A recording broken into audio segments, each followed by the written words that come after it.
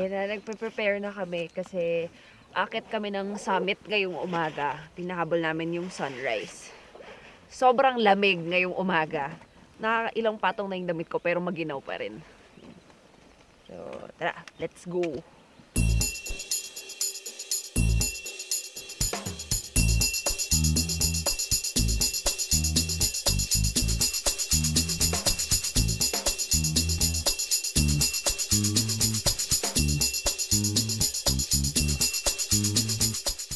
Sobrang nakakapagod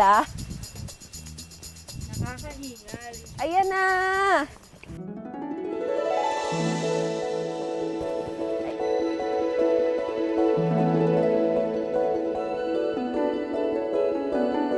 Ito na yung Sea of Clouds.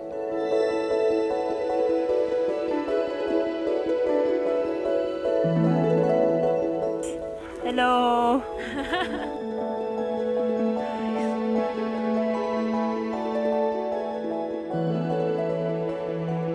Malaki na ho ba pinagbago nitong Mount Ulap? Malaki, ma'am. Oo. Ano ho yung mga pagbabago? Yung mga pagdami ng mga bisita. Kasi pag maramihan ng maakyat, kawawa rin yung mga turistang nagpipila dyan sa Gungal. Pag minalas ka, ma'am, maabutin ka ng 2-3 oras.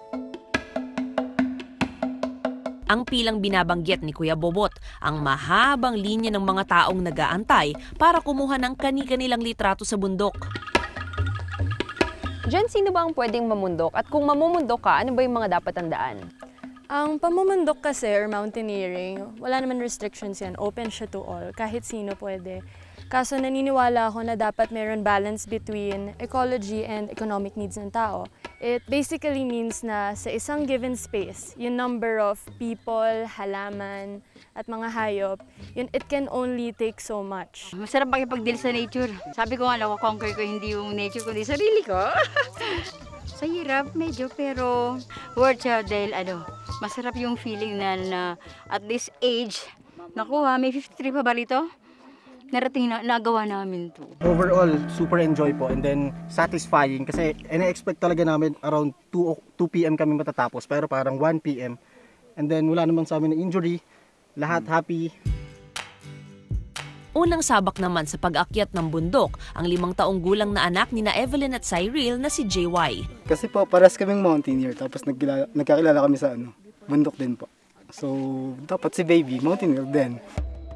Dahil sa rami ng umaakyat, nagdesisyon ang Barangay Council ng Ampucaw na limitahan ang bilang nito simula ngayong Pebrero. Siguro sa dami ng mga tao masyadong mabugbog yung bundok. Kaya yun ang isang pinag-isipan namin. 500 ang limitasyon during Saturdays and Sunday.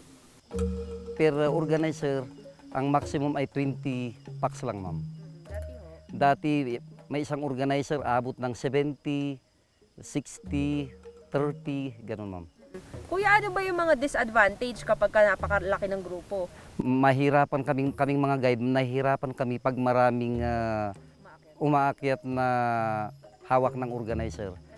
Kasi lalo na pag ang mga turista ay baguhan, yung mga first timer na umaakyat, kailangan alalayan ng mga tour guides, ma'am. As organizer, ginagawa ko, nagsiset talaga ako ng mga bundok. Nasa tingin ko, patok dun sa mga gustong umakyat.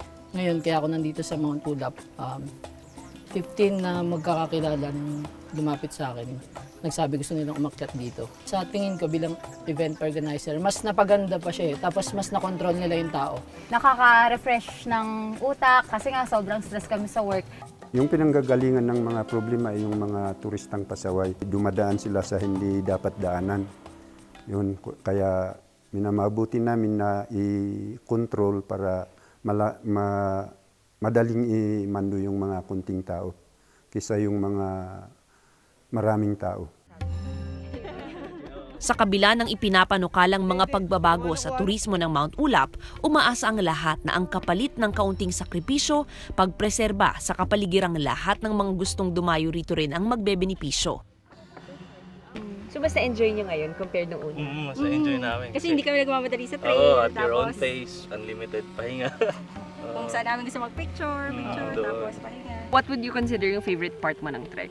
Yung bato, yung pinaka... Gungal. Oo. Yun. Bakit? Ang ganda na mag-photoshoot dun. Oo. Sobrang nakaka-unbelievable. At bago kami tuluyang magpaalam sa Mount Ulap, kanina medyo maliwanag pa siya eh. Maganda pa yung view, kita lahat ng mountain, pati yung mga river. Ngayon, sobrang maulap na, mapag na siya. Ang ganda. ang abot kamay na pagbaba ng ulap sa kabundukan, malamig na klima at magandang tanawin. Tiyak, iilan sa mga hindi malilimutang karanasan ng sinumang pinalad na makatuntong sa tuktok ng Mount Ulap.